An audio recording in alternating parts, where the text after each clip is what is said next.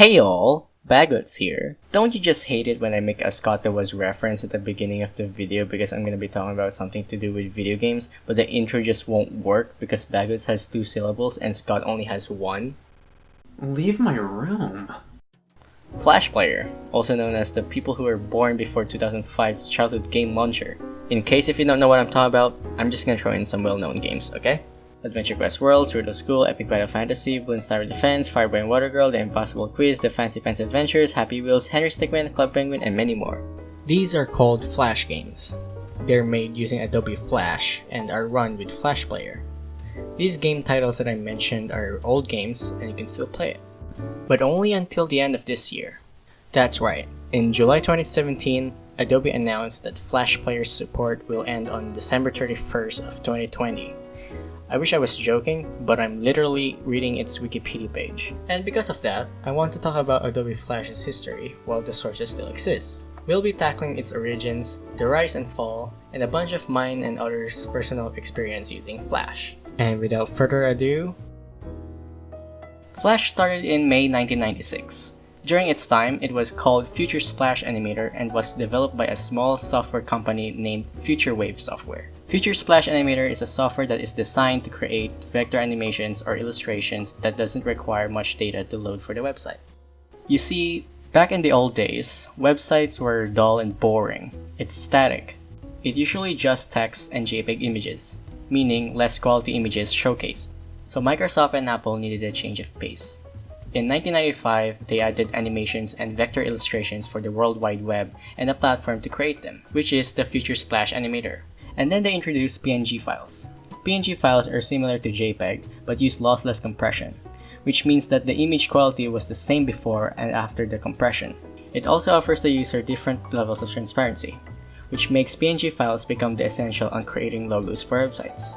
Seeing moving pictures on a website in the mid-90s was revolutionary. It blew everyone's mind. It was the future of the website at that time. In December 1996, Macromedia barged in and said, "Hello, we're going to buy Future Wave and we're renaming it to Macromedia Flash and they make 8 versions of it." No, seriously. In the year 2000, a popular site named Newgrounds, run by Tom Falk, created a place for people to upload their works to showcase it in the internet, called the Portal, due to many people submitting their own Flash creations to him, making it the first Flash showcase site on the internet. And that became a big thing. Animators like Oni, Jazza, Eddsworld, Rubber Ninja, and Egoraptor, and even more people are submitting. Big enough to realize Flash turned into a software to create games and animations. What can I say about Newgrounds that hasn't been said yet? I mean, the site literally fueled most of my childhood. I think I first used Newgrounds in around 2009, 2010, sometime around there. And I clearly remember the first time I clicked on a Flash video. I'm not sure what I watched, but I think it was like Saturday Morning Watchmen or Madness Combat. I don't clearly remember, but it blew my childhood mind. I don't know which year that was. A long time. I mean, probably 2004, 2003. I was on Homestar Runner watching that. It's not a game. I mean, they have some games, but it's a cartoon. The guy gotta check the email, and he's got the wrestling mask on, and then the other dude that's like Homestar wanna. This continued until 2005. Adobe waltzed towards Macromedia and said, "Hello, we're going to buy you and rename your software to Adobe Flash Professional. Here's $3.4 billion, bye." Adobe owns Flash now and refined the interface of the software to look much similar to other Adobe's products. They tweaked a bunch of things that needed to be tweaked and added some new features to the software that's useful for animating and coding for both games and websites. Flash animations became easier to share on the internet when YouTube became a thing. Although, Flash Player on Newgrounds still offers the audience better quality than on YouTube because YouTube compresses videos. The Flash games community has become larger.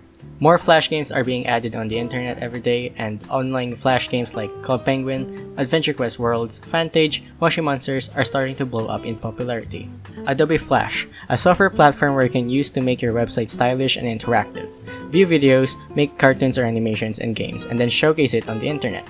And all you need to do to view all of this is to have that single web browser plugin. Looks like Flash got it all figured out. Seems like this is the future of the internet, right?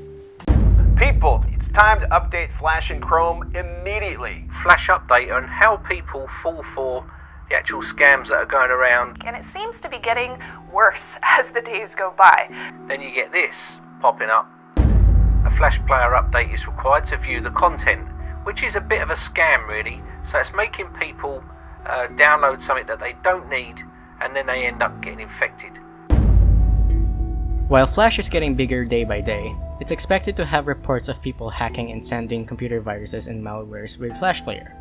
So Adobe Flash had to do something. They figured out the security flaw in their codes, and then they forced people to update their Flash Player immediately to avoid the problem happening to the user. But hackers found its way to catch up. So Adobe Flash had to figure it out again and do the entire update process again, and this goes on a loop. Meanwhile, another markup language like Flash began to rise. In January 22, 2008, the World Wide Web Consortium released HTML5. HTML5 is the fifth and latest major HTML version that is being recommended for website creators. It's basically a coding language that allows us to see the content that it's trying to show on the website. HTML5 is also mobile friendly and responsive, meaning the content of the website will automatically adjust on different mobile devices with regards to sizing and usability. It has similar features like Flash and a lot safer. Obviously, that makes HTML5 better than Flash for websites. So in 2013, Google Chrome, Firefox, Internet Explorer, Opera, and Safari implemented HTML5, making website creators and designers needing time to adjust and get used to the markup language. Back to Adobe Flash. It became more of like a software platform for creating games and animations, and less for using it to make websites. Flash games and Flash animations are being acknowledged by people on YouTube. We have YouTuber Let's Plays making gameplay videos of Flash games like The Impossible Quiz, There Is No Game, One Chance, Riddle School, and Happy Wheels. But we don't talk about those Barbie and Elsa dress Flash games, alright? We got the Game Grumps animators that produces weekly animations on the channel, animated parodies created by different people, Tomska continuing the Eddsworld legacy, and we have Swoozie and Domix, starting the storytime animations genre on YouTube. But as time passed by, HTML5 has become the main markup language that website creators and designers use. Flash, on the other hand, we're dealing with hacking issues. Many websites are switching from Flash to HTML5. As of January 2015, YouTube switched their video player to HTML5 to better support more devices. Adobe announced that they will be renaming their software platform from Adobe Flash Professional to Adobe Animate on its next major update.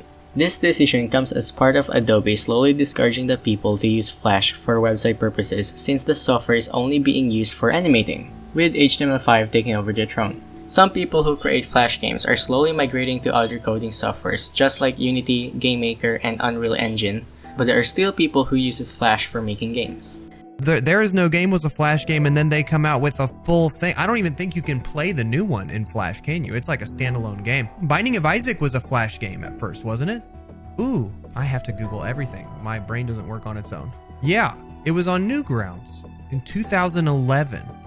So there's a great example of a game I play all the time that started off as a little stinky Flash game, turned into a big stinky game. And I like it. It's so cool to see. And then on July 25, 2017, Adobe announced that Flash Player support will end on December 31st of 2020. Adobe has long played a leadership role in advancing interactivity and creative content, from video to games and more, on the web, where we've seen a need to push content and interactivity forward.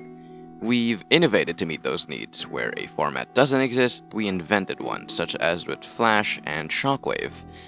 And over time, as the web evolved, these new formats were adopted by the community, in some cases formed the basis for open standards and became an essential part of the web.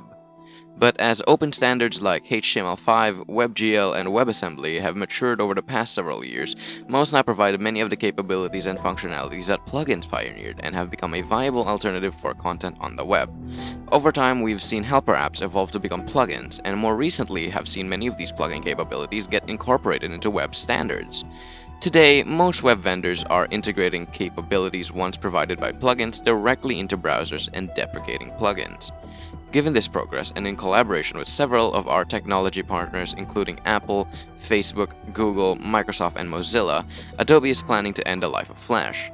Specifically, we will stop updating and distributing the Flash player at the end of 2020 and encourage content creators to migrate any existing Flash content to these new open formats.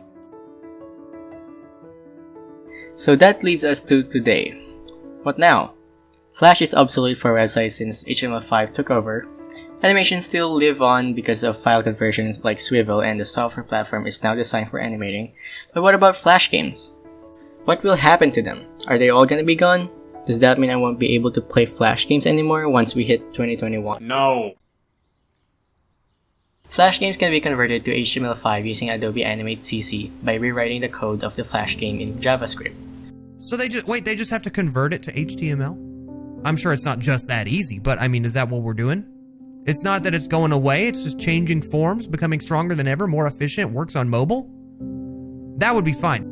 But of course, not all of them can be converted by the official creators of the game, because either they already abandoned their Flash game, or they chose not to convert it.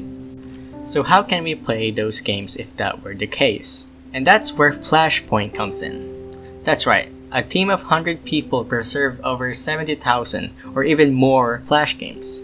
This started in January 2018 by Blue Maxima in an attempt to outrun the disappearance of content prior to the death of Flash. This software is free and user-friendly. Just a couple of gigabytes in your storage and you're good to go. There are also Flash player emulators like Ruffle that can be used to run Flash games on the web. So maybe Flash game websites would use it. Anyways, if you're looking for some Flash games to play, here are my childhood favorites. Monster Slayers, Fireboy and Water Girl, Dragon Fable, Bloons, Bubble Tanks, Pajama Boy, Wake Up the Box 2, Hunt the House, Shift, and Flight. Thank you guys for watching. Please share this video to as many people as possible to spread awareness with regards to Flash, so people won't have to worry about Flash games disappearing on the web. Also, a huge thanks to Adrian and Yub for helping out with this project. Be sure to check them out, link in the description, and make sure to subscribe if you want more of my content. See you guys in the next video.